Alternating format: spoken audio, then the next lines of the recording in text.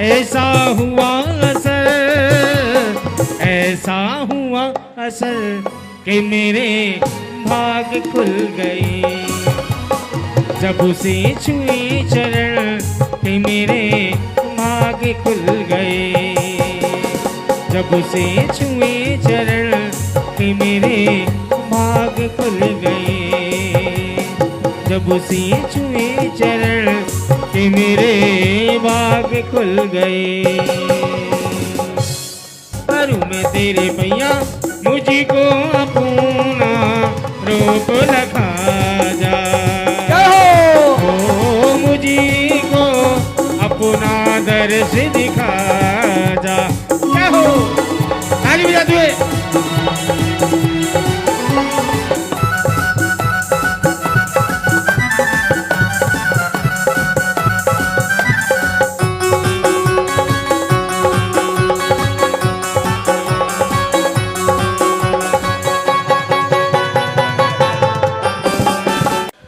ओम नमो अरिहंताणम्। ओम नमो अरिहंताणम्। ओम नमो सिद्धाणम्। ओम नमो सिद्धाणम्। ओम नमो आयर्याणम्। ओम नमो आर्याणम्। ओम नमो वज्रायणम्। ओम नमो उवज्रायणम्। ओम नमो लोहितशवशाहुणम्। ओम नमो लोहितशवशाहुणम्।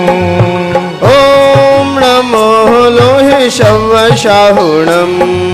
ओम नमो लोहितशवशाहुणम्। आपने आपको आप में वर लिया। आपने आपको आप में वर लिया। चेतना को स्वयं में प्रखर कर लिया। चेतना को स्वयं मैं प्रखर कर लिया। वीतरागी प्रभु हे महावीर जिन। वीतरागी प्रभु हे महावीर जिन। आदिनाथ प्रभु तुम हो तारण तरण। आदिनाथ प्रभु तुम हो तारण तरण।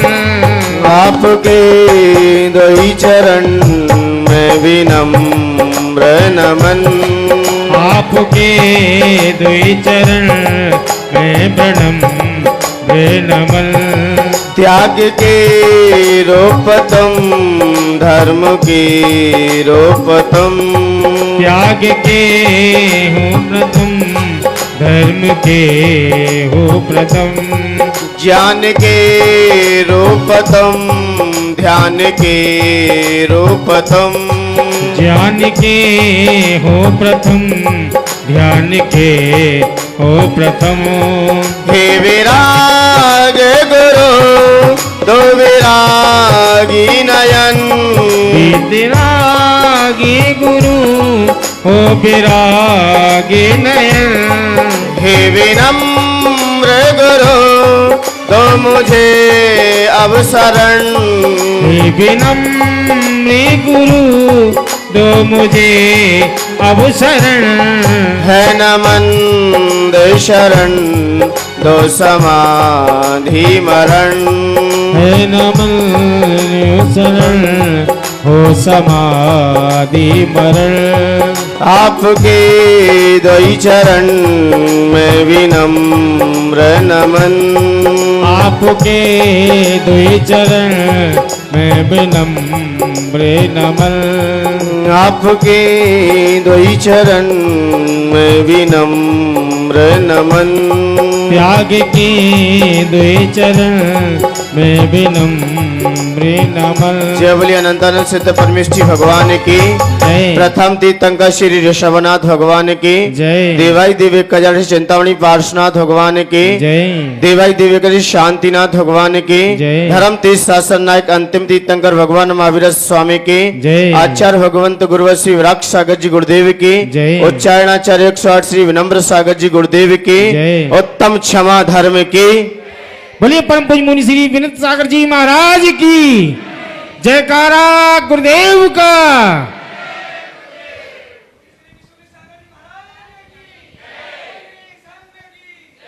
उत्तम क्षमा धर्म जो कि देखा जाए यह उत्तम क्षमा धर्म क्षत्रियों का धर्म है, किसी कायर का नहीं है। इसे क्षत्रिय लोग ही धारण करते हैं, सामान्य व्यक्ति इस धर्म को धारण नहीं कर पाते। और क्षत्रिय धर्म ही क्षमा ही आचार्यों ने कहा है वीरों का आभूषण भी है। वीरों का आभूषण देखा जाए तो क्षमा से ही शोभा को प्राप्त होते हैं। सबसे बड़ा आभूषण है तो क्षमा ही है। इसलिए आचार्य भगवंत कहते हैं क्षमा मांगने से यह जाहिर नहीं होता कि आप अच्छे हो। क्षमा मांगने से यह जाहिर नहीं होता कि आप अच्छे हो, यह जाहिर हो जाता है कि आप रिश्ता निभाना और निभाना जानते हो। क्षमा मांगने से व्यक्ति क्या रिश्ता निभाना और निभाना जानता है। यह मत समझ लेना कि हमने सामने वाले से क्षमा मांग ली तो क्षमा हो गई। नहीं, आप वो शख्स हो कि आप रिश्ता निभाना जानते हो और निभाना जानते हैं। इसलिए मान्यवर ये 10 लक्षण पर्व देखा जाए, जब आचार्य भगवंत कारिका में अपनी व्याख्या करते हुए लिख रहे थे अवभद्र पदाख्यम मासानेक भ्रतकारः धर्म हेतु परो मध्य मानुषानम नरेंद्रवत। आचार्य भगवंत अपनी कारिका में लिख रहे हैं कि नरों में श्रेष्ठ है, मनुष्यों में कोई श्रेष्ठ है तो धरती पर चक्रवर्ती श्रेष्ठ है, बहुत श्रेष्ठ है। और रत्नों में देखा जाए श्रेष्ठ देखी जाए तो चिंतामणि रत्न है, उससे बड़ा रत्न दुनिया में। और तो सब काम करें या ना करें, लेकिन जो चिंतामणि रत्न होता है बहुत विशेषकर होता है। मंत्रों का राजा देखा जाए, मंत्रों में श्रेष्ठता देखी जाए तो रमोकार महामंत्र है। और नदियों में देखा जाए तो भागीरथी नदी है। और वनों में देखा जाए तो नंदन वन है। और वृक्षों में देखा जाए तो चंदन का वृक्ष श्रेष्ठ है। और पर्वतों में देखा जाए तो सुमेरु पर्वत है। ऐसे ही यहां पर 12 माह में देखा जाए ये भाद्र माह सर्वश्रेष्ठ माना गया है, क्योंकि भाद्र माह में ही व्यक्ति के परिणाम भद्र हो जाते हैं। ऐसा अवसर आता है कि इस समय, क्योंकि छठवा है, भादों का नंबर कब से आता है? चैत वैशाख ज्येष्ठ आषाढ़ सावन, भादो 6वें नंबर पे है। और बीच का व्यक्ति वैसे ही मजबूत रहता है अपने आप में।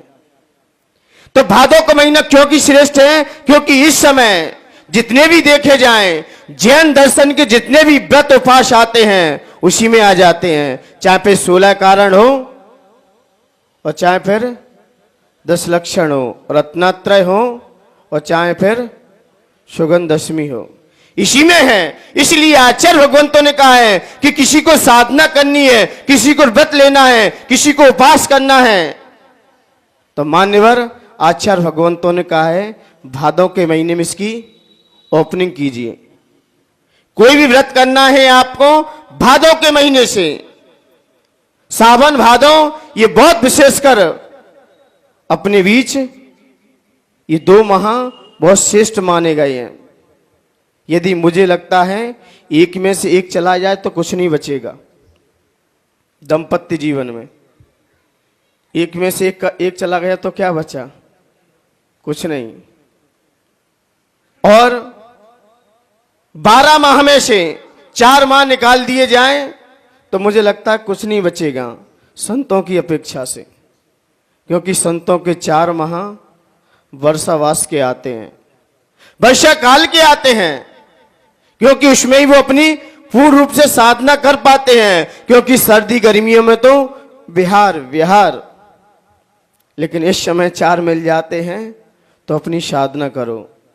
ऐसे ही आचार्य भगवंत कहते हैं यदि आपके 2 माह निकाल दिए जाएं, कौन से, सावन के और भादों के, तो आपके जीवन में अभी कुछ नहीं बचेगा, क्योंकि ये बहुत विशेष कर्म माने गए हैं, क्योंकि इस समय जीव के हर मनुष्य के अंदर भद्र परिणाम होंगे, चाहे किसी भी संप्रदाय से हो, चाहे हिंदू संप्रदाय से हो और चाहे किसी भी संप्रदाय से हो। इस समय जीव नियम संयम व्रत से रहता है, क्योंकि इस समय देखने में आता है अधिकांशता सावन का महीना, कोई कितना ही बड़ा पापी होगा तब भी कम से कम पाप करने का ही कार्य करेगा। और अपने यहाँ जो पर्यूषण पर्व है, इसलिए पर्यूषण पर्व का मतलब ही है कि चारों ओर से क्या है, ऊर्जा फैल रही है, चारों तरफ से ऊर्जा है। परि का मतलब होता है परिधातु का चारों ओर क्या है, और उस मूल धातु है और यू प्रत्यय लगाए पीछे, यू का अन आदेश हो जाता है, इसलिए पूरा शब्द क्या बन जाता है, पर्यूषण। चारों तरफ से जो नियम संयम की ऊर्जा जो फैली हुई है, अब उसे कलेक्ट कैसे किया जाए, उसे अपने पास कैसे रखा जाए, तो आचार्य भगवंत कहते हैं कि आपको भी पहले अपने परिणामों को विशुद्ध बनाना पड़ेगा। आपको अपने अंदर से प्रदूषण को बाहर निकालना होगा। जब तक आपके अंदर से प्रदूषण बाहर नहीं निकलेगा तो आपके कोई पर्यूषण पर्व आपके कोई काम के नहीं है। जब तक अंदर का क्या नहीं निकलेगा, प्रदूषण, कैसा भी प्रदूषण हो, फिर किसी भी प्रकार का हो, चाहे पारिवारिक हो, चाहे समाज संबंधी हो, यदि हमारे अंदर कोई भी प्रदूषण बैठा रहा, कोई भी बात बैठा रहा, इस समय निर्वाध हो जाओ।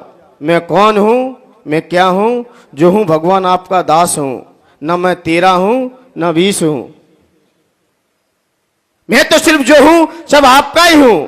जब ऐसा भाव आपके अंदर आएगा तब कहीं जाके हमारे अंदर उसकी ऊर्जा हमारे अंदर आ जाएगी, और नहीं तो मान्यवर आप भटकते ही रहोगे। जहां बैठोगे वहां दूषण ही फैलाओगे। जहां बैठोगे, जब एक व्यक्ति आया,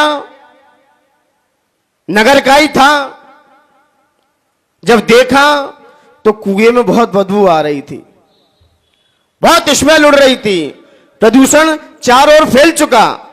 तब वो कुएं के मालिक ने देखा, विचार किया कि कुएं में बदबू क्यों आ रही है, क्या है कुएं में ऐसा, तो देखा उसमें 4 कुत्ते पड़े थे। कितने? जब एक कुत्ता ही चला जाए तो पूरे पानी को गंदा कर देता है। कितने पड़े हैं? 4 कुत्ते पड़े हैं। तो उसने कहा जब तक ये इसमें से नहीं निकलेंगे तब तक इसके पास बैठना भी कोई पसंद नहीं कर सकेगा, ना इसके पास कोई बैठेगा ना उठेगा। पानी पीने की बात तो छोड़ दो, जब बैठने उठना पसंद नहीं कर रहा है तो पिएगा कैसे। तब उसने कहा चलो अब 2-3 भंगियों को लेके आते हैं। तब उसके भाई ने कहा अब 2-3 भंगियों से काम नहीं चलेगा, क्योंकि ये 2-3 से काम नहीं चलेगा, अब तो 7 भंगी की आवश्यकता है। कितने की? भगवान की वाणी कितने भंग में खिरी है? 7 भंगी। क्योंकि एक दो काम नहीं करेंगे। अब लोगों ने कहा इनसे काम चला लो, बोले इन्हें रहने दो, अब ये काम नहीं करेंगे। अब काम करेगा तो 7 लोग ही मिलकर काम करेंगे। सप्तभंगी, इसलिए भगवान की वाणी कैसी है? सप्तभंगमयी है। शादवाद सप्तभंगमय है। स्याद अस्ति स्याद नास्ति, स्याद अस्ति नास्ति स्यात् अवक्तव्य, और स्याद अस्ति अवक्तव्य, स्याद नास्ति अवक्तव्य, और स्याद अस्ति नास्ति अवक्तव्य। ये 7 प्रकार से जिनेंद्र भगवान की वाणी खिलती है। जब तक हमारे अंदर ये शाप्त भंगी रूप जब तक हमारे जीवन में नहीं आएंगे, तब तक ये एक भी कुत्ते को तुम निकाल नहीं सकते। और वो कुत्ते अंदर अपने भी बैठे हैं। कौन से हैं? कौन से हैं? क्रोध के हैं, मान के हैं, माया के हैं, ये लोभ के हैं। जब तक ये बैठे रहेंगे तब तक आपके पास कोई भी बैठना उठना पसंद नहीं करेगा। कोई बैठता है आपके पास आकर? क्योंकि जब तक आपके अंदर जिनेंद्र भगवान की वाणी प्रवेश नहीं करेगी, तब तक ये एक ही बाहर नहीं आ सकते, ना नाम भी नहीं लेंगे। एक दो से काम नहीं चल सकता। इसलिए आचार्य भगवंतों ने कहा, जब तक अंदर से ये नहीं निकलेंगे तब तक पानी भी शुद्ध नहीं हो सकता। आएगा वो और प्रदूषण फैला देगा, वो और बीमारियां फैला देगा। मैंने कई बार उदाहरण दिया है। आपको भगवान का अभिषेक करना है या संतों को आहार देना है, तो सबसे पहले क्या करते हो? सोले के वस्त्रों को पकड़ते हो कि असोले के वस्त्र को उतारते हो? जब तक असोले के वस्त्र नहीं उतारोगे,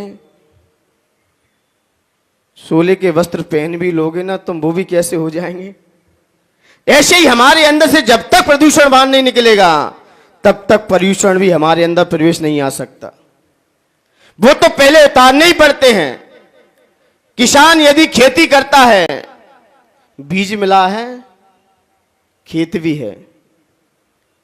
किसी के पास खेत भी है और बीज भी है। किसी के पास खेत तो है लेकिन बीज नहीं है। क्योंकि अंतरंग और बाह्य से दोनों से छोड़ना पड़ता है। पहले तो हमें अंतरंग से उन कषायों को बाहर निकालना ही होता है, तब कहीं जाके बाहर से हमारे अंदर आ पाती है। क्योंकि जब अंदर से बल्ब जलेगा तभी बाहर प्रकाश होगा। जब अंदर हमारे अंदर कोई भी कषाय बैठी रहेगी, तब तक आपका खेत भी उपजाऊ नहीं हो सकता। कितने भी बीज डालते रहना हो तुम्हें, आप बीज कोई फलित नहीं हो पाएगा। आपने बीज डाला और कंकड़ पत्थर बाहर से नहीं निकाले। ऐसे ही आचार्य भगवंत कह रहे हैं, ये पर्यूषण पर्व आ गए हैं। ये उष्ण ऊर्जा आपके अंदर जब जाएगी, जब हमारे अंदर से क्या प्रदूषण बाहर निकलेगा। और एक साथ आपने डाल दिया ना, तो कोई काम नहीं कर पाएगा, कुछ भी विकास नहीं हो पाएगा। इसलिए आचार्य भगवंतों ने कहा कि हमें इनको बाहर निकालना ही होगा। जब तक ये बाहर नहीं निकलेगा, मान्यवर आपके अंदर धर्म प्रवेश नहीं कर सकता। क्योंकि एक म्यान में एक ही तलवार रहती है। जब तक हमारे अंदर ये दूषण बैठा रहेगा, ये प्रदूषण बैठा रहेगा, तब तक हमारे अंदर क्षमा क्षमा करते ही रह जाओगे, लेकिन उसका अनुकरण और अनुसरण भी नहीं कर पाओगे। इसलिए कहते हैं कि इसको जीतो। आप क्षमा को धारण मत करो, आप तो जो क्रोध है उसको बाहर निकालने का प्रयास करो। क्षमा तो गुण आपके अंदर बैठा ही है। लोग कहते ज्ञान करो, अरे ज्ञान मत करो। ज्ञान करने की आपको आवश्यकता नहीं है, क्योंकि ज्ञान करोगे तो आप क्यों करना चाहते हो ज्ञान? ज्ञान से ही ये जीव मुक्त होता है। मान्यवर ज्ञान से जीव मुक्त नहीं होता। ज्ञान से तो पता चलता है जीव मुक्त है, ज्ञान से जीव को मुक्ति नहीं मिलती। ज्ञान तो जीव का गुण है और उससे ही तुमने मुक्त करा दिया। ज्ञान से जीव को यह पता चल जाता है कि जीव मुक्त है। ऐसे ही क्षमा तो हमारे अंदर गुण है, उससे मुक्ति नहीं मिलती।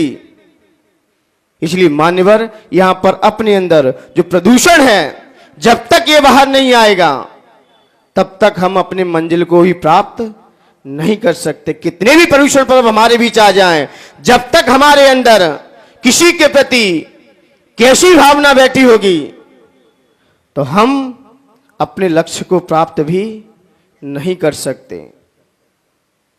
क्रोध का परिवार होता है एक, अपेक्षा उपेक्षा उसके माता पिता हैं। क्रोध अपना परिवार लेके आता है, अकेला नहीं आएगा कभी, पूरा परिवार चलता है उसका। क्या क्या है?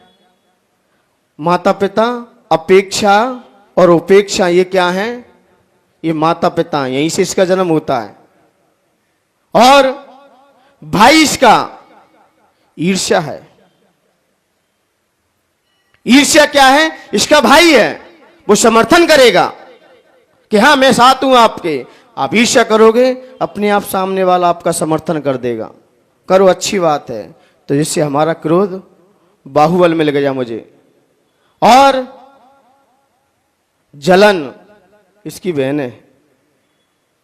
इसकी बहन क्या है? जलन। जलने से पहले जलना छोड़ दो। आप भगवान बनना चाहते हो तो जलने से पहले दूसरों पर जलना छोड़ दो। देख दूसरों की वर्ती को, कभी ना ईर्ष्या भाव रखो। ये रखा तो ये जन्म हो गया। ये उसका पूरा परिवार है और साथ में आता है, आके अपना राग रंग चाहता है। जब गुरु महाराज अपने प्रवचन दे रहे थे तो किसी शिष्य ने प्रश्न किया कि आप तो इतना संबोधन कीजिए, इतना बताइए कि इसमें सबसे ज्यादा सुखी कौन है, कौन सुखी दिखाई दे रहा है? तो गुरु महाराज ने कहा, वो पीछे बंटी भैया बैठे ना, वो बहुत सुखी हैं। किसी अपेक्षा से कह दिया, बोले बहुत सुखी है वो। बोले राजा इसलिए दुखी है क्योंकि राजा को अभी राज्यभार संभालना है और उसके पुत्र नहीं हो रहा है, उसकी अपेक्षाएं लगाए बैठा है, बहुत अपेक्षाएं कर बैठा है। तो राजा भी ज्यादा सुखी नहीं दिखाई दे रहा है। मंत्री भी है, मंत्री सोच रहा है कि मेरा परिवार कुशलता से कैसे चले, कैसे उठे, कैसे बने, वो उसकी उधेड़ में लगा हुआ है। तो ये भी मुझे सुखी नहीं दिखाई दे रहा है। बोले नगर सेठ आते हैं मेरे पास, दर्शन करते हैं, लेकिन उनकी यही भावना रहती है कि मैं नगर का प्रथम सेठ बना रहा हूं। उनकी क्या अपेक्षा है? मैं नगर का क्या प्रथम सेठ बना रहा हूं। बोले वो व्यक्ति सुखी क्यों है जो पीछे बैठा है? बोले जब भी आता है और मुझसे बोलता है, गुरुदेव इतना आशीर्वाद दो कि मेरी सारी इच्छाएं, सारी अपेक्षाएं समाप्त हो जाएं, ऐसा मुझे आशीर्वाद दो। जब ऐसी हमारे अंदर भावना होगी, मान्यवर संसार में वही सुखी है, वही सुखी दिखाई देता है जो अपेक्षाएं खत्म कर दे, अपेक्षाओं को हटा दे। तब उसी शख्स ने फिर प्रश्न किया कि गुरुवर मैं कैसे मान सकता हूं कि आपने अपनी अपेक्षाओं को हटा दिया है? क्या आप सुखी हो क्या? किसने पूछा? उसी शिष्य ने क्या प्रश्न कर दिया, गुरु महाराज आप बहुत सुखी हो क्या? बोले हां मैं तो हमेशा खुश रहता हूं। बोले प्रमाण? बोले मैं तो खुश हुई हमेशा। बोले क्यों? हर पल मैं खुश रहता हूं। नीर नहीं है तो क्षीर पीकर ही, वो क्षीर नहीं है तो नीर पीकर ही खुश हूं। क्षीर नहीं है तो नीर पीकर ही खुश हूं। गाड़ी नहीं है तो पैदल चलने में ही खुश हूं। आज मेरे साथ कोई नहीं है, मैं अकेला हूं, तब भी क्या हूं? खुश हूं। कोई मुझसे नाराज हो गया है, उसकी अदा में खुश हूं। कोई मुझसे नाराज हो गया है, उसकी अदा में खुश हूं। और कल जो बीत चुका है उसकी मीठी याद में खुश हूं। और कल अभी आया नहीं है, उसके इंतजार में खुश हूं। अंतिम पंक्ति आपको दे रहा हूं, जवाब दे देना। अंतिम पंक्ति में आपको दे रहा हूं, जवाब देना। नहीं दोगे तब भी खुश हूं, तब भी मैं खुश हूं। आपको इसलिए मान्यवर संत हमेशा खुश रहता है। यो संत ही टेंशन में चला जाए तो फिर खुशी कहां मिलेगी फिर? और फिर जीव आनंद में कब रहेगा? उसके अंदर जब तक खुशी नहीं आएगी, तो खुशी लेने के लिए तो हम संतों के पास जाते हैं, क्योंकि यहां व्यक्ति गम से हट जाता है। ये सारा संसार गम में ही डूबा हुआ है, लेकिन संत हैं जो उससे उठ गए हैं।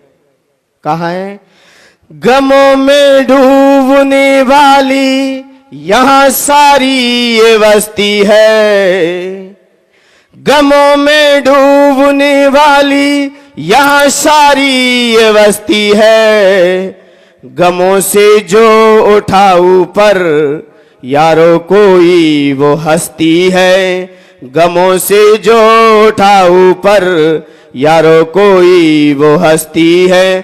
खुशी को देखना हो तो दिगंबर संत को देखो, खुशी को देखना हो तो दिगंबर संत को देखो, यहाँ कोई न गम नजर आता, यहाँ मस्ती ही मस्ती है। हमेशा अपनी मस्ती में रहता है, गम को भूल जाता है, सारी अपेक्षाओं को छोड़ देता है। इसलिए मान्यवर, हमारे इस क्रोध को पैदा करने वाला है तो हमारी अपेक्षाएं हैं। जब तक आपके अंदर अपेक्षाएं बैठी रहेंगी, तब तक आपके अंदर उत्तम क्षमा का धर्म भी प्रवेश नहीं कर सकता। अपेक्षाएं फिर किसी की भी हो सकती हैं, इच्छाएं फिर किसी की भी हो सकती हैं। जीने की इच्छा भी होती है, खाने की भी होती है, प्रतिष्ठा की होती है, ख्याति लाभ की होती है, मान बढ़ाई की होती है। ये भी जब तक बैठी रहेंगी, तब तक आपके अंदर ये उत्तम क्षमा कहते रहना। और वास्तव में देखा जाए, उत्तम क्षमा धर्म तो वैसे मुनियों का है, आपका तो क्षमा है सिर्फ धर्म। उत्तम कहते उत्तम क्षमा ये मुनियों का धर्म है, ये क्षत्रियों का है। क्योंकि उत्तम क्षमा, गलती अपनी होने, गलती नहीं हुई है, सामने वाले की गलती है, फिर भी सामने वाला क्षमा मांग रहा है, ये उत्तम क्षमा। ये क्या है? उत्तम क्षमा है। क्योंकि किसी मुनिराज वृक्ष के नीचे बैठे थे, वृक्ष के नीचे साधना कर रहे थे। एक शरारती व्यक्ति आया, उसने वृक्ष पर पत्थर मारा, और पत्थर मारते ही उस वृक्ष ने तो उसको फल दे दिया। फल जैसे ही मिला, और वो पत्थर मुनिराज के किस पे लगा? सर पे लगा। तो वो व्यक्ति क्षमा मांग रहा है कि भगवान मुझे क्षमा कीजिए, मेरे से बहुत बड़ी गलती हो गई, बहुत बड़ी भूल हो गई, मैंने आपको देख नहीं पाया। तो मुनिराज ने अपनी उन आंखों को नम्रता करते हुए कहा, बेटा इसमें आपकी कोई गलती नहीं है। बोले फिर आप इतने करुणा भरे शब्द क्यों कह रहे हो? तब संत ने कहा, मैं इसलिए कह रहा हूं कि वृक्ष ने तो आपको फल दिया, और मैं इसलिए अफसोस कर रहा हूं अपने आप पर कि मैंने आपको कुछ नहीं दे पाया। इसलिए मैं आपको क्या देता हूं? उत्तम क्षमा देता हूं। गलती किसकी है? और यहां गलती भी ना हो तो फिर वहां तो पत्थर लगा है, और यहां कोई शब्द कहता है तो फिर कहते हम उत्तम क्षमा। अरे मैंने पहले ही कह दिया, क्षमा क्षत्रियों का धर्म है। इसलिए मान्यवर, यहां पर आचार्य भगवंत ने बस आप लोगों को, यदि आप अपने गृहस्थ आश्रम में जी रहे हो तो कुछ लोगों पर भूल के क्रोध मत करना, भूल के भी, क्योंकि क्रोध हमारे हृदय को जला के रख देता है। क्रोध हृदय में लाओगे, जीते जी जल जाओगे। क्रोध हृदय में लाओगे, जीते जी जल जाओगे। क्रोध हृदय में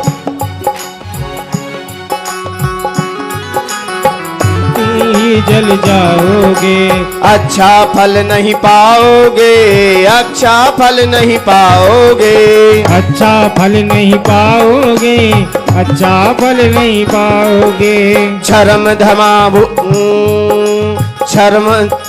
क्षमा धर्म आभूषण है, मन में क्रोध प्रदूषण है। क्षमा धर्म आभूषण है, मन में क्रोध भूषण है। क्रोधी का कोई हो, क्रोधी का कोई ना साथ निभाए रे। जीवन है पानी की बूंद कब मिट जाए रे। जीवन है पानी की बूंद कब मिट जाए रे। क्रोध अग्नि की तरह होता है। किसकी तरह होता है? अग्नि की तरह होता है। आपके सारे गुणों को नष्ट कर देगा।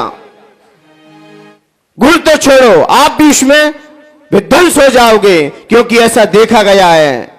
भले क्रोध अंतर्मूर्त का है, लेकिन अंतर्मूर्त का क्रोध भी 144 किलोमीटर की द्वारका को भी भस्म कर सकता है। क्षमा की कोई सीमा नहीं है, लेकिन क्रोध की सीमा है। जघन्य क्रोध आपके पास आएगा तो एक समय के लिए आएगा, और उत्कृष्ट क्रोध आ गया है तो कम से कम अंतर्मूर्त रहेगा।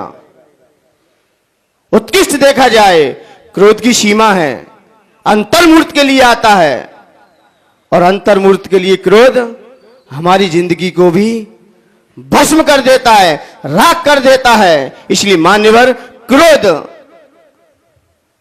न टिकाऊ है न बैठाऊ है, ये तो हमेशा ठुकाऊ है। क्रोध तो हमेशा ठुकता ही रहता है।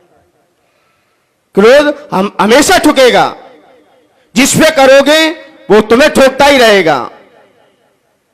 और क्रोध आता किस पे है? कमजोर लोगों पे। क्रोध ताकतवर पे नहीं आएगा कभी। किस पे आएगा? कमजोर पे आएगा। इससे पता चलता है क्रोध खुद ही कमजोर है, और कमजोर लोग ही करते हैं। क्रोध कौन करते हैं? कमजोर लोग ही करते हैं, और कमजोर लोगों पर ही करते हैं। बड़े लोगों पे क्रोध करके देखना। नौ अपने आप को बड़ा समझता था, 9 को क्रोध आया, उसने 8 को ठोक दिया। 8 को क्रोध आया, उसने 7 को निपटा दिया, और 7 को क्रोध आया, 6 को ठोक दिया उसने। 6 ने 5 को ठोका, और 5 ने 4 को ठोका, और 4 ने किसको ठोका? 3 को, और 3 ने 2 को, और 2 ने 1 को। जैसे ही ठोकने वाला था, उसने भाई 0 को संपर्क कर लिया, 0 को अपने पास बैठा लिया। जैसे ही संगठन आ गया, जैसे ही हमारे पास संगठन आ गया, 9 तो हाथ जोड़ने लगा। अब 9 क्या करने लगा? हाथ जोड़ने लगा। इसलिए मान्यवर, जब तक संगठन रहता है, जब तक हमारे परिवार में संगठन है, तब तक हमारे उस परिवार पर कोई आंख नहीं उठा सकता। और परिवार में जब विघटन होता है ना, तो अपेक्षाओं के कारण ही होता है। जॉइंट फैमिली में रहना कौन पसंद नहीं करता? जिनकी अपेक्षाएं ज्यादा हैं। संबंध तो हो गया, सगाई हो गई, और जॉइंट फैमिली में नहीं रहेंगे। क्यों? क्योंकि यहाँ अपेक्षाएं की पूर्ति नहीं हो पाएंगी। अकेले रहेंगे फिर कोई भी ठोक देगा आके। ज्यादा अकेले रहोगे तो कोई भी ठोक सकता है, और संगठन में रहोगे तो कोई आंख भी नहीं उठा सकता। ठोकने की बात तो बहुत दूर गई। संगठन हमें मजबूत करता है, हमारे अंदर धर्म का प्रवेश करता है। मैंने कई बार कहा है, खंड खंड हो गए, वहां धर्म टिकेगा भी नहीं, क्योंकि संगठन है वही धर्म है। वही हमें धर्मों से भर देगा, वही हमें गुणों से भर देगा। और हम विघटन हो गए तो मान्यवर आप बिखर जाओगे। संगठन रहा तो आपका सब साथ देंगे। इसलिए मान्यवर, यहां पर आचार्य भगवंत ने कहा कि जितना भी क्रोध आपके अंदर आए तो कुछ मत करो। ये समझ लो कि क्रोध आपने किसी पे भी किया, माता पिता पे क्रोध किया, तो आपका क्या चला जाएगा? यदि आपने अपने माता पिता के ऊपर भी क्रोध किया, भाई बहन के ऊपर भी क्रोध किया, तो मान्यवर एक एक गुण हमारे अंदर से पलायन कर जाते हैं, क्योंकि माता पिता के साथ किया गया क्रोध आपकी ममता को छीन लेगा। किसको छीनेगा? ममता चली जाएगी। और भाई के साथ क्रोध किया आपका बाहुबल चला जाएगा। क्या? बाहुबल नहीं रह पाएगा आपके पास। और बहन के साथ आपने क्रोध किया, आपकी हाथ की कलाई छूट जाएगी। फिर क्रोध किस पे करें? क्रोध किस पे करें? बोले क्रोध अपने आप पे करो, स्वयं पे करो। दूसरों पे क्रोध करने की आपको आवश्यकता नहीं है, क्योंकि कुछ लोगों पे आपने क्रोध किया। जैसे कि देखा जाए, जब रावण मामा ने महर्षि से कहा जाओ और जाकर के एक मृग बनाकर लेके आओ और कहां छोड़ दो उसे? कहां छोड़ दो उसे? पंचवटी में जाकर छोड़ आओ। पंचवटी में जैसे छोड़ के आओगे और आपको मारने के लिए कोई आए तो श्री लक्ष्मण का नाम ले लेना। लक्ष्मण लक्ष्मण चिल्लाने लगना, हे लक्ष्मण। तो महर्षि ने क्या कहा? मैं ऐसा कार्य नहीं करूंगा। तो रावण ने कहा ऐसा कार्य नहीं किया तो मैं आपको संसार से ही विदा कर दूंगा। तब उसने कहा भगवान से तो मरना अच्छा है, लेकिन इनसे तो ना मरा जाए। तब उसने गाथा लिखी कि कुछ लोगों पे हमें भूल के क्रोध नहीं करना चाहिए। सामने शस्त्रधारी है, उससे कभी क्रोध नहीं करना चाहिए। किससे? जो सामने शस्त्र को धारण किए हैं, अस्त्र को लिए हैं, क्योंकि ना जाने कब इसका माथा चटक जाए और कब मुझे चटका दे। तो कोई हथियार लिए हो अपने हाथ में, उससे हमें भूल के क्रोध नहीं करना चाहिए। जैसा कहे मान के अपना रास्ता निकाल के निकल जाना चाहिए। उससे क्रोध किया तो क्या होगा फिर? दूसरी बात, मर्मी से कभी क्रोध ना करें। जो आपके सारे मर्म को जानता है, सारे भेद को जानता है, उस पर कभी भूल के क्रोध मत करना।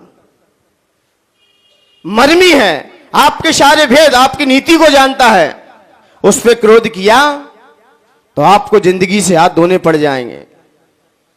किसने क्रोध किया? विभीषण पर क्रोध किसने किया? रावण ने क्रोध किया, वहां तक तो सहन किया, लेकिन क्रोध करने के बावजूद भी लात मार दी थी। क्या मार दी? लात मार दी। आप मुंह से फटकार रहे, डांट रहे, वो तो सहन करते रहे जब तक, लेकिन तुमने किसी पे लात मार दी तो क्रोध में आके लात तो मार दी है। जैसे किसने लात मारी थी?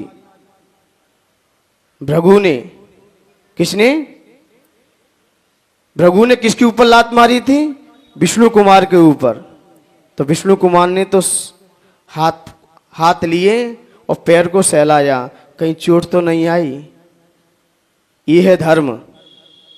ये क्या है? धर्म है। लेकिन ऐसे लोगों पे हमें कभी क्रोध, जो मनमी है। दूसरा आता है प्रभु स्वामी पे कभी क्रोध नहीं करना चाहिए। जो स्वामी हैं, गुरु महाराज हैं, उन पे कभी क्रोध नहीं करना चाहिए, क्योंकि वो आपके इष्ट हैं, आपके देवता हैं। इन्होंने आपको ज्ञान दिया है, वैराग्य मजबूत किया है, शिक्षाएं दी है, दीक्षाएं दी हैं। उन पे भूल के क्रोध मत करना, आपकी प्रगति रुक जाएगी, आपका जिंदगी में विकास नहीं हो पाएगा। इसलिए कभी भी गुरु महाराज पे भूल के क्रोध ना करें। उनसे क्रोध करोगे तो उनका कुछ नहीं बिगड़ेगा, उनका क्या ले जाओगे तुम। लेकिन हमारा शव सत्यानाश ही नहीं सर्वनाश हो जाएगा। तो गुरु पे क्रोध किसने किया? मारीच ने आदिनाथ भगवान पे क्या किया? क्या किया? समझ में आ गई? कितनी दुर्गतियों को भटकना पड़ा, कहां कहां जाके ठोकरें खानी पड़ी। इसलिए कभी भी स्वामी पे क्रोध भूल के ना करें। और 60 मूर्ख पे कभी क्रोध मत करना। मूर्ख पे क्रोध करने की आपको आवश्यकता नहीं है, वो तो मूर्ख है, सट है। जो मूर्ख पे क्रोध करते हैं, उससे बड़ा मूर्ख ढूंढना मुश्किल है दुनिया में। अरे वो तो कह देगा मैं तो मूर्ख हूं। अब जैसे कोई मुनराज को आहार देने गया और आहार देते ही उससे अंतराय हो गया और मुराज उस पर क्या करने लगे। अब वो तो कह दे महाराज जी हम तो अज्ञानी हैं और तुम क्या हो, मुझसे भूल हो गई। मूर्ख पे कभी क्रोध नहीं करना चाहिए, क्योंकि मूर्ख पे किए गए क्रोध सट। जैसे सुत सागर जी रास्ते से आ रहे थे, वो 4 मंत्री क्या थे, सट ही तो थे, और सट होने के कारण सुत सागर ने क्या कर लिया, उनसे शास्त्रार्थ कर लिया। क्या हुआ फिर, 700 मुनिराजों पर उपसर्ग आ गया। इसलिए सट है, आपको पता ये मूर्ख है, वो दूर से ही हाथ जोड़ लो, क्योंकि इससे गुस्सा करेंगे तो अपना ही समय का ह्रास होगा। 5वां आता है धनवान। धनवान पर कभी क्रोध नहीं करना चाहिए, क्योंकि ना जाने कब किसको सुपारी दे दे और तुमको कब निपटा दे। धनवान पे कभी भी, कोई धनवान है, नगर का सेठ है, दूर से ही जय जिनेंद्र कर लो, उससे कभी क्रोध करने की आपको आवश्यकता नहीं है, क्योंकि उस पर किए गए क्रोध आपको जिंदगी से हाथ धुलवा सकते हैं। एक वैद्य, जिसे कहते हैं अपनी परिभाषा में डॉक्टर, डॉक्टर पे कभी क्रोध नहीं करना चाहिए। डॉक्टर साहब बैठे कि नहीं बैठे, भूल के भी क्रोध इन पे ना किया जाए, क्योंकि वैद्य हुए, डॉक्टर हुए, ना जाने आपने इन पर क्रोध किया और आपका कहीं स्वास्थ्य खराब हो गया आपका, तो भूल के भी हाथ जोड़ लो। इन पे कभी हमें क्रोध नहीं करना चाहिए, क्योंकि डॉक्टर और भगवान, डॉक्टर और गुरु, इनका एक संबंध जुड़ा हुआ रहता है। क्योंकि आपने डॉक्टर की बात नहीं, गुरु की बात नहीं मानी, तो वो तुम्हें कहां भेज देगा, डॉक्टर के पास भेजेगा, और डॉक्टर की बात नहीं मानी तो वो सीधा भगवान से कनेक्शन करवा देगा आपका। तो इसलिए इन दोनों से होते हाथ जोड़ते रहो, कभी इन पर हमें क्रोध भूल के नहीं करना चाहिए। तीसरा आता है बंद, यानी कि दूत। दूत होते ना, जो यहाँ की बात वहां करते, उन पे भूल के क्रोध मत करना, नहीं ना जाने तुमको कब क्या फंसा दें। राजा महाराजा के होते ना बीच में, यहां जाते थे वहां जाते, उन पे क्रोध करने की आवश्यकता नहीं है। उन्हें उनसे तो बना के रखो, उनसे आपने बना के रखी, आपकी हर क्षेत्र में विजय होगी। और कहीं किया और फिर आते कभी, कभी पे भूल, कभी जो होते ना कविता गाते हैं, उन पे क्रोध मत करना, ना जाने सभा में कौन सी पंक्तियां बना दें और कब क्या गा दें। कहो तो वो तुम्हें कहां चढ़ा देते हैं और उतारते हैं तो इतना उतार देते हैं जिसकी कोई सीमा नहीं है। इसलिए कभी पे भी भूल के क्रोध नहीं करना चाहिए। और आता है रसोईया, जो रसोई को संभालता है उससे हाथ जोड़ो। जो आपकी रसोई देखता है उस पे भूल के क्रोध ना किया जाए। बावर्षी था, खीर गर्म होने के कारण, आकुलता में आने के कारण किसने खाई, वहां के राजा ने खा ली। और वो कोई राजा कोई नहीं था, सोम चक्रवर्ती थे। खाई खीर और रसोईया पे क्रोध किया, और क्रोध करने के कारण वो मरण होके क्या बन गया, व्यंतर बन गया। और व्यंतर जैसे ही बना तो सोम चक्रवर्ती कहां जा रहे थे, कहां जा रहे थे, वो नाव में यात्रा करते हुए आगे अपने गंतव्य स्थान पर जा रहे थे। लेकिन उनका क्या क्या डगमगाने लगा, जहाज हिलने लगा। वो तो आगे नाम ही नहीं ले रहा बढ़ने का, वो तो ऐसा लग रहा है कि डूबने वाला हो। तो वही बावर्ची आया, उसने कहा कि जब तक आपका ऐसा ही विमान ऐसा ही हिलता रहेगा, आपका जहाज ऐसा ही हिलता रहेगा। बोले इसका कारण क्या है,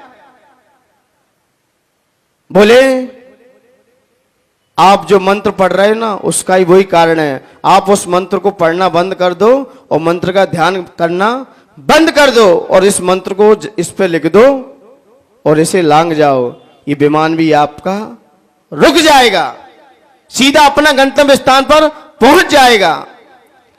लेकिन उस समय मरता क्या ना करता, णमोकार मंत्र का ध्यान छोड़ा और कहां लिख दिया, और जैसे ही लिखा वैसे ही फिर क्या हुआ, जहाज पूरा पलट गया।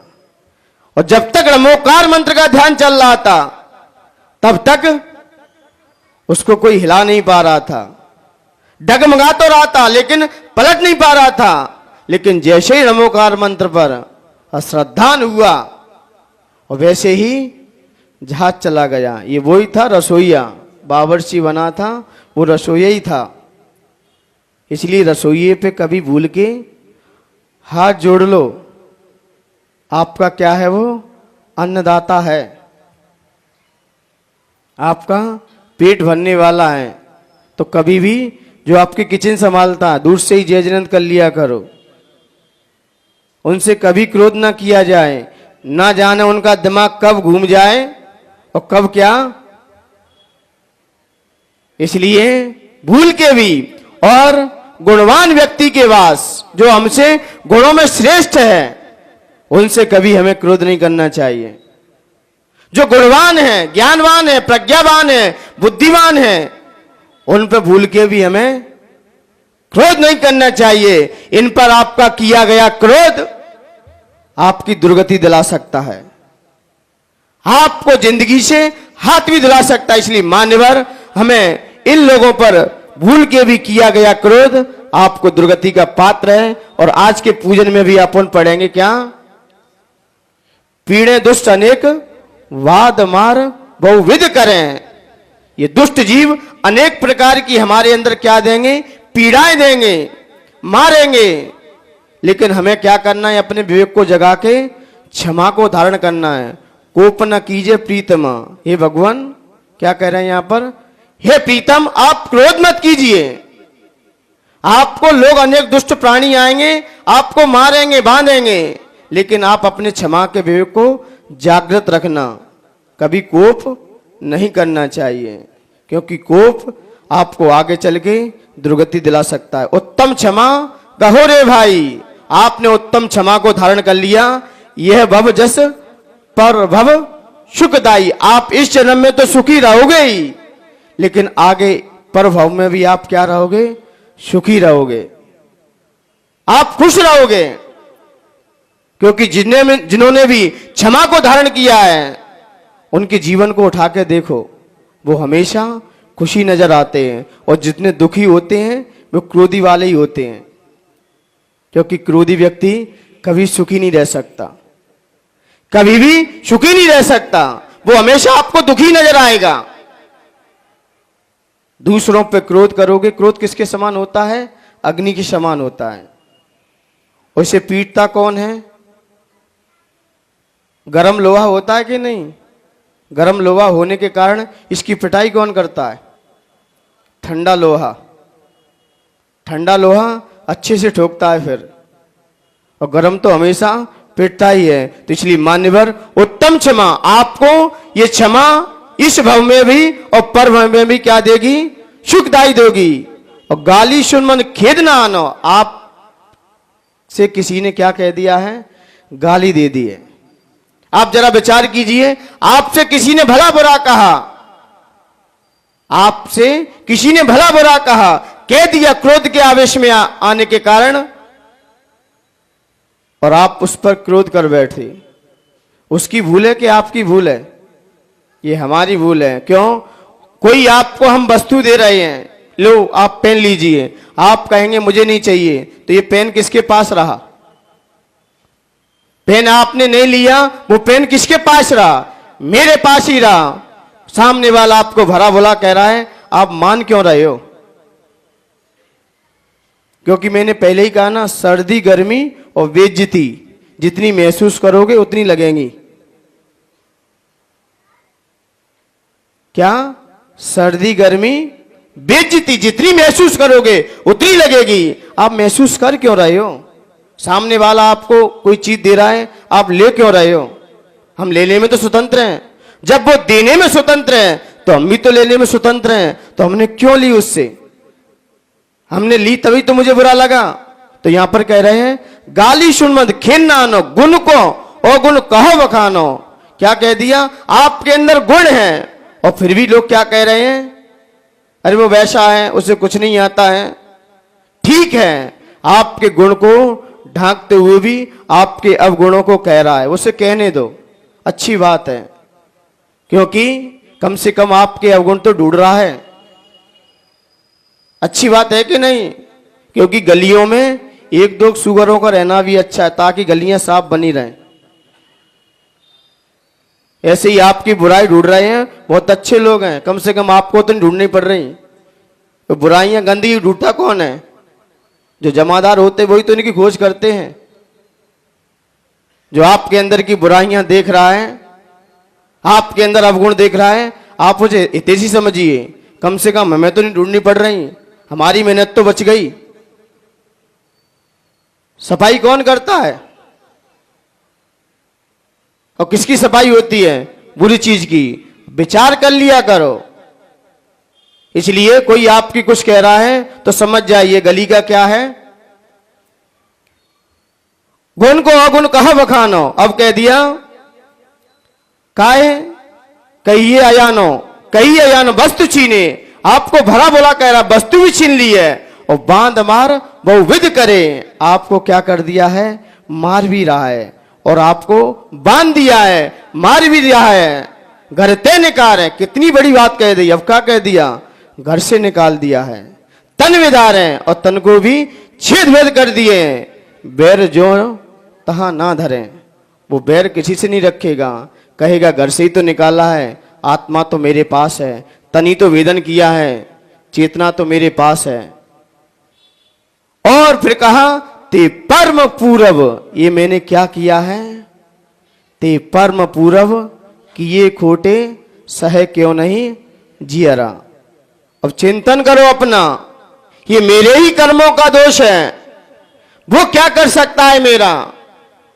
कल पुष्प बरसेंगे, आज लोग कांटे फेंक रहे हैं, तो वक्त आएगा तो पुष्प भी बरसेंगे। पासनाथ पे हुआ ही क्या था?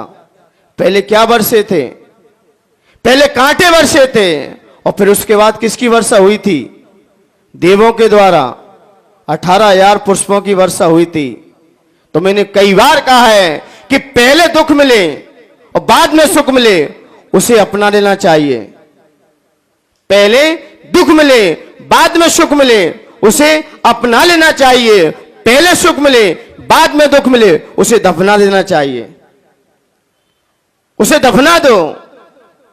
पहले आपको सुख मिल रहा है, बाद में दुख मिलेगा। पहले आप दुखों का संघर्ष कर लो, बाद में क्या है? सुखी सुख रहेंगे। इसलिए मान्यवर, ये चिंतन जब तक हमारे अंदर ऐसा आएगा, ते परम पूरब किए खोटे सह क्यों नहीं जियरा। अति क्रोध अग्नि बुझाए प्राणी, शाम में जल लिए सियरा।